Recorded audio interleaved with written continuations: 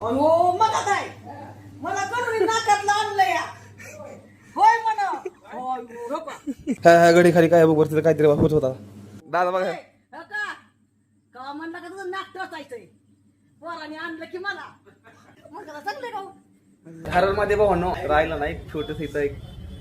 नथनी घ्यायला आलो होती छोटी घरी जाऊन आता आई तरी रिएक्शन बघू कसं चला आता घरी जाऊ आणि बघू आता आई तरी रिएक्शन काय चला आता भावांनो जिंदगीत पहिल्यांदा सोनं घेतलं जिंदगीत पहिल्यांदा सोनं घेतलेले अजून कधी सोनं घेतलेलं नाही आता आईसाठी सोनं घेतलंय खास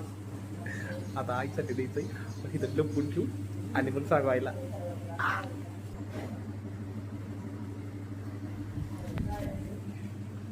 आयो तिकडे खाली काय हा? तिकडे बरं तिथं काय आहे बघ बरं कुठे तिथं तिथं काय आहे खाली काय गडी खाली काय बघ बरं तिथं काहीतरी होत होता तिथं तिकडे हे हा इथं ह्याच्या खाली हा काय होतं बघ बरं तिथं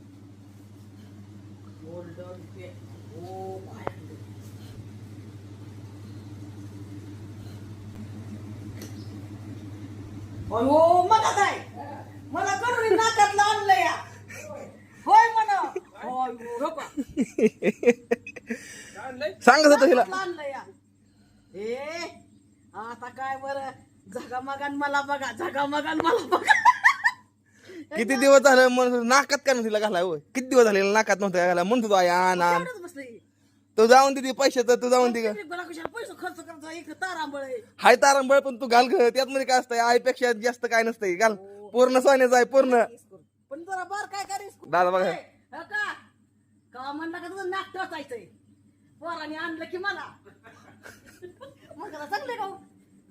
चांगलं आहे का नवऱ्याने आणलं का बिन बाबा टिकावा तरी मला त्यातलंच घालते आधी भाकरीचा तमाशा बंद करते तर बघा भावांनो मी आईला बघा आज नाकातलं केलेलं या सोन्याचं केलंय पहिला माणूस अजून मला वाटतंय आईला सोनं केलंय मला लय खुशी आहे भावांनो मी जीवनात पहिल्यांदा स्वतःला कधी कपण्याची घेतली पण आईसाठी सोने करणार आपण पहिला माणूस असणार आपल्या गावातला पहिल्यांदा सांगतो मला बघा आई कसं वाटतं तुला भारी वाटतंय की चांगलं वाटतं ना चांगलं वाटतंय कसं नाका दिसतं या रोज भांडणं आई नाकातला घाल आई नाकातला घाल नाही तुम्ही कुठं आणू रोज भांडणं त्यासाठी पण मग मी दादाला म्हणलं दादा म्हणतो नाक नाही नतीला बोळा पडा तिला नाक नाही नतीला बोळा पडा नाक नकट नाकून तुला काय घालायचंय मग मी नाकच करतो बघा आणि सोडून एवढं नाक आहे का तुला एवढं नाक आहे का तुला आणि नाक म्हणलं नाही म्हणलं मला नाकातलं घ्या म्हणलं एवढं तीच बरं नाक कशाला नाकात आणायचंय बघा आईला केलं सोनं तर भावांनो हे आईनं आपल्याला सोन्यासारखा देह दिलेला आहे तर मी म्हणतो थोडं पैसे कमवा पण आईसाठी काहीतरी करा कारण की स्वतःसाठी तर जीवन पडले काय पण करण्यासाठी पण आईसाठी थोडं काहीतरी करा तर मी आज जिंदगी मध्ये तुम्हाला सांगतो आई तुला आठवतं ना तुझं पहिलं सोनं